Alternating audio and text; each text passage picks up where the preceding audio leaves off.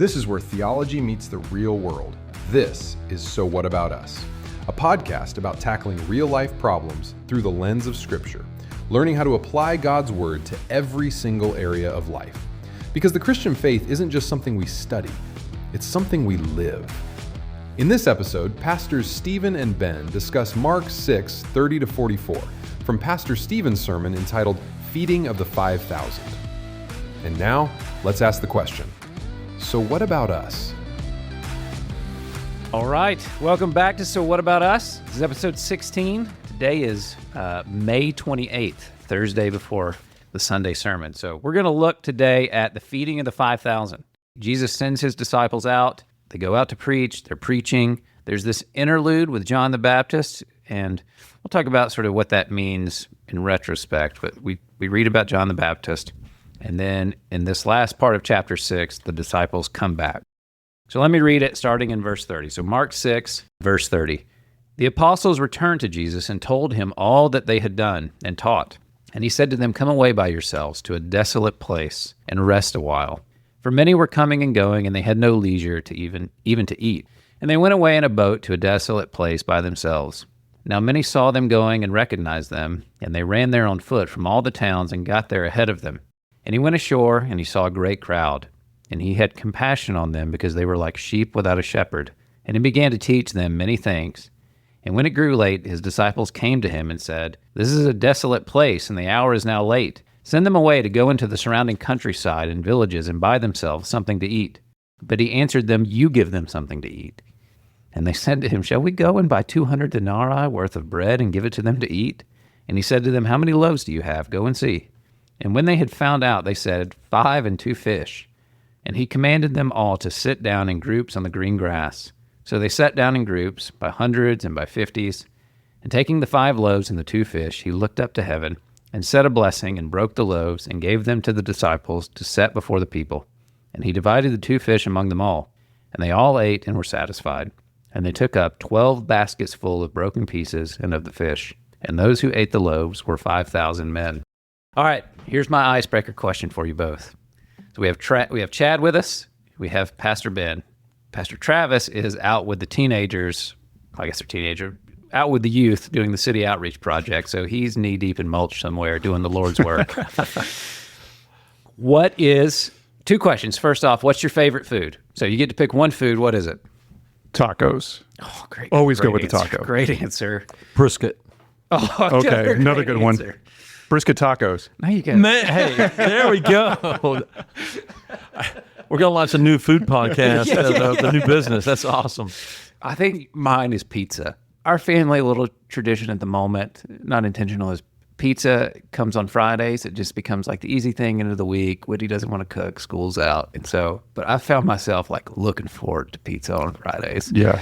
I like a good pizza. I think on my hierarchy, mellow mushroom is at the top, but then right below that is Peyton pie. You know, those are my two. Peyton's is good. Yeah. All right, so here's the other question I have for you. Is there a meal in your life that you remember? And the inspiration for this question comes from John the Baptist because for whatever reason, as I was researching it, the cookies on my computer brought up death row last meals for people. I think because like I had typed in prison and John the Baptist and food so many times. So I got to read about famous last meals. But do you have one that sticks out in your mind as the best meal you've ever had? Yeah, with the pizza theme, is it Giordano's in Chicago? Is that in Chicago? Deep dish? Yes, deep dish.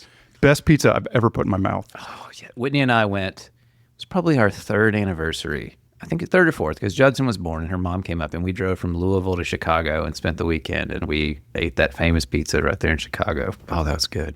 What about you, Ben? On the subject of anniversaries, Rebecca and I went to Cotton Calf in Brazelton a few years ago, and that was the best steak I've ever had in my life. It was fantastic.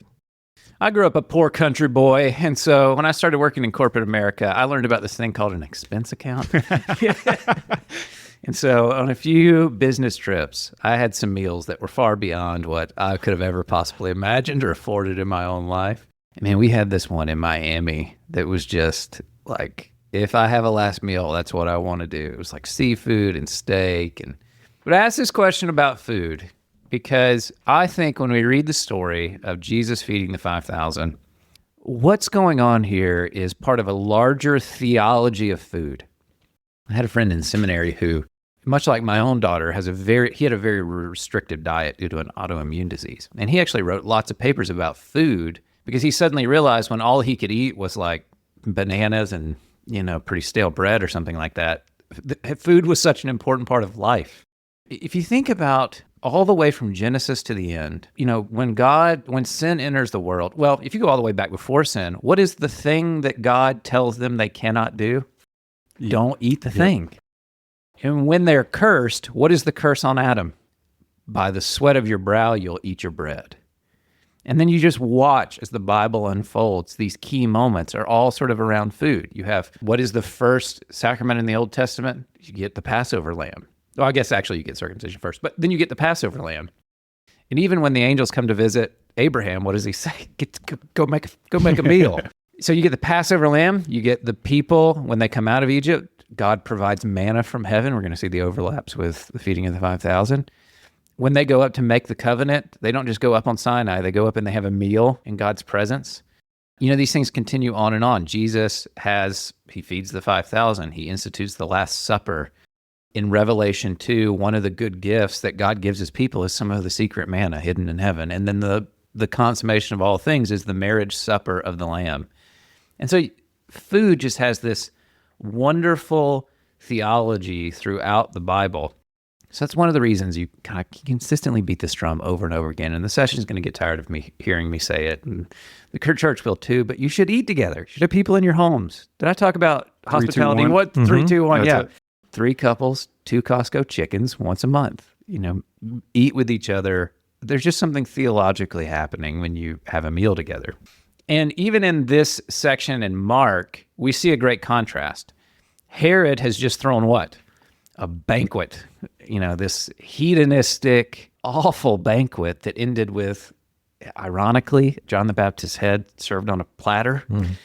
And then Jesus is going to have a banquet now, but it's a much different kind of banquet. He's out in a desolate place with not the leading figures of Galilee like Herod had, but presumably, these ragtag bunch of people that are following him around that are poor fishermen or out in the villages and this sort of thing. And so you have this great contrast with Herod with Jesus' banquet. So let me just read through this just a little bit and make some comments as we go through. So Jesus, his disciples come back and they're exhausted. And he says, you need to come away and rest. You need to come away with me, not just a little while, but to a desolate place and rest by yourselves. Get away. I think that's a command that lots of people in our church need to hear. You need to rest. I'm actually probably going to encourage folks on Sunday that make this a habitual part of your conversations with each other. Not just, how can I pray for you? Do you need anything? What can I do for you? What are you doing? How are you resting? How did you rest this week? Are you getting rest? What are you doing? How are you following the command of Jesus to rest? And it's also interesting to think about how food and rest are bound up together, throughout the Bible as well as these two things. Food is this habitual reminder that we need God. So I don't think it's coincidental that when God brings the curse of sin on the world, you're going to be reminded of it every time you eat. So 3 times a day, every 4 hours, I got to eat or I'm going to die. Right? It's this habitual reminder that sin exists in the world and that I'm constantly fighting against it, and that scarcity of food is part of the curse. Every time you eat, you give thanks, you put it in your mouth. And Jesus, when he says the Lord's Prayer, says, pray every day that you'll have what you need. So God has baked in our stomachs this reminder that sin is in the world and we need the Lord to give us mercy to eat. And it's by the sweat of our brow that we get it. And then every night we get another reminder that we're not God. We have to lay down and go to sleep, right? We cannot stay up forever. And so these two things combined, I think, are very powerful reminders of our humanity. We have to lay down and sleep and rest. And if we try to do otherwise, that's actually us pretending to be God. We could stay up and work forever. We don't need to rest. But we have to, or our bodies break down. And also, we have to pray for food and that the Lord would provide it for us.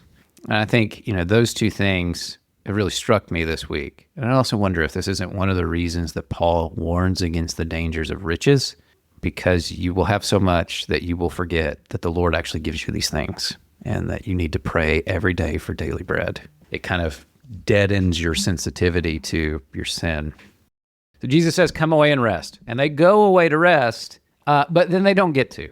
So they get interrupted. The crowd goes around the shore, and they beats them there and meets them as the boat is landing. And, I observe here that Jesus is just interruptible. So like he lets these people interrupt his schedule, and he doesn't get mad at them. It has compassion on them. And I didn't know this until I read it in one of the commentaries, that this word compassion, Jesus is the only person that this is used of in the New Testament. That he's the only person the subject of this word compassion is used of. He gets interrupted, but he has compassion on them because they are like sheep without a shepherd. There's a question I want to ponder with you guys. What does that mean? Like when he sees them and he says they're like sheep without a shepherd, what is he observing? Like, what does it mean to be a sheep without a shepherd? There's an inherent vulnerability there. They are, if you're out there without a shepherd, you're very exposed to predators, scavengers, no direction. Sort of directionless. You're at the whim of the sheep in front of you to lead you off the wrong direction. It's true. Really, you hear the classic examples of they fall over, by a brook that they can't get back up. It's just they're helpless. Yeah. Also, at the same time, Isaiah talks about how sheep are stubborn. They're going to go in their own way, and we're like those sheep. And so I think about that as well. Because the sheep in Isaiah 53 need Jesus as the shepherd to rescue them. That's a great point, the vulnerability. Yeah. You've probably seen that little video that went viral for a while of the shepherd pulls the sheep out of the crevice, and he takes about 4 steps and just hops right back into the I saw that last night. Yeah. It was very popular amongst Christians for a while of like, this is the story of my sanctification. But you're right, like a sheep without a shepherd has no direction. They have no source of food. They're helpless, nobody to defend them. They have nobody to rescue them. I mean, if you're a sheep with no shepherd and you fall into one of those crevices, I mean, that's it. You're just that's it. You're no hope in the world. And so for Jesus to say this about these people, I think means a lot. Like they are truly directionless kind of people with no help, no food. We don't have a lot of sheep in my neighborhood. But I kind of think about it as the difference between the dog that lives with me in my house, my wife's pet, very structurally said that, my wife's dog, versus like a stray dog that wanders the street. That dog is just helpless and it's living at the mercy of, barely surviving, where my dog is eating 3 square meals a day and is sleeping, in a nice warm house. So Jesus says they're sheep without a shepherd. And what's the first thing he does when he says, I need to shepherd these people, is he teaches them. And I think that's powerful too, that's the first place he starts. He doesn't start by feeding them. He doesn't start by forming an army. He doesn't start by doing something else. He starts teaching them. And this is constantly what he's doing, always teaching. So I think that is an important part of, as we shepherd, as under shepherds, as Jesus, Ben and I are teaching elders for a reason. We teach. That's the primary part of what we do is teach. And that's shepherding. And we shouldn't separate these two things. Shepherding is more than teaching, but it's not less than teaching. It always includes this element. So I think a good question we can ask ourselves as a church is, how highly do we value teaching? Do we value it as high as we should? That like when Jesus had compassion on people, and that was the first thing he did, it was teach. And we do value it highly in the sense of, that's what I get paid to do. I mean, one of my primary jobs as pastor here is I get paid by the congregation to free me up to think and to write so that I can teach well for the good of our souls, for the good of the church and the sheep here. It's just a good reminder that Jesus, as the good shepherd, is the teacher. So he starts to teach them, and then his disciples remind him, I think ironically, hey, this is a desolate place. Now, he has already told them twice, I'm going to take you to a desolate place. Let's go to a desolate place. And they come to him and say, hey, this is a desolate place. These people are going to be hungry, are hungry. Remember, it's a desolate place. Send them away to buy something. And he tells them, no, you give them something to eat. And, Jesus is constantly asking these questions that just reveal hearts more than they do anything else. And so these people who have just been out healing people, doing miracles with his authority are suddenly like, well, this is an impossible problem, and I don't think we could ever solve this. These people need to go help themselves. And I think when he says you give them something to eat, it's a way of saying, these people are your responsibility. No, we are all their shepherds. You take care of them. And he challenges them in the most, direct way. Now, this is a story that all four Gospels tell, and this is the only miracle that all four Gospels tell, which means this must have just been one of the most powerful lessons the apostles learned throughout this whole thing. So he tells them, you buy them something, or you give them something to eat. They challenge him and say, what do we do? 200 denarii worth of bread and give it to them to eat? This is sort of mocking, not mocking, but just so skeptical. And he said to them, how many loaves do you have? Go and see. Now, if you skip down, there are 5,000 men here. If you assume they have families, let's just roughly estimate it at, let's say, 10,000 people. I mean, it's probably more than that, but let's say it's 10,000 people. So they go, so there's some faith they exercise. They do go and see. They don't sort of immediately dismiss him. But then they come back, and they have been to, let's say conservatively, 10,000 people. And what do they come back with?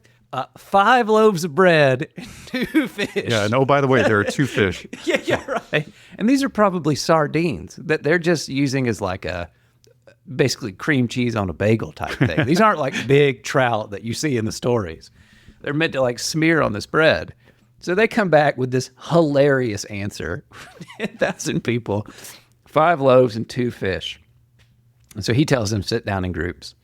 And they sit down on, I think, another one of these fun things, the green grass. It's not just the grass, it's the green grass. It's like this story was so vivid in Peter's mind, almost like the story of Jairus' daughter, that he's like, and it was really sunny that day, and the grass was green, which actually tells you a little bit that this probably happened in like late April, given the time frame and when the grass would have been green. So they sit down in these groups, hundreds and fifties, and he takes the 5 loaves and the 2 fish, and following exactly the pattern that he's going to use at the Last Supper in chapter 14, he gives thanks, he breaks them, and he sets them out before the people, and they all eat, and they're all satisfied. I think that's important too. They weren't like, well, that just tided me over. Like they were satisfied. There's this sense of fullness, satisfaction. And so they take 12 baskets full of broken pieces. And I didn't know this. Apparently, the Jews were famous for carrying around baskets. And they would often, you can actually find in some of the Roman literature where they mocked the Jews for the baskets they carried around. Apparently, it was so that they could always make sure they took their own food with them, that it was kosher and clean. And it was just kind of a common thing they did. So they had these 12 baskets and they fill these baskets full. And I think, I'd be curious what you guys think. This clearly had a powerful impact. On the surface, what do you think the meaning of this is? Like, what is Jesus trying to teach his disciples here? I mean, I have an answer that I kind of think, but on the surface, what do you think? What do you think, Chad?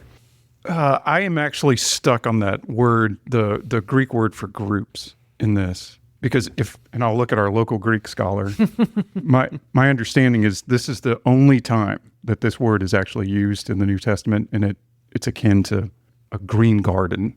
Yeah. So you get echoes of the garden, obviously, but then this story itself is an echo of Israel in the wilderness. Yeah. Like you see that. It's interesting to play on that while you're thinking about sort of meaning here. One interpretation of this passage is it has this like very militaristic background. Yeah. So it does tell you these are all men who were there. Now, it doesn't mean they were only men there, but it is explicit that it was men.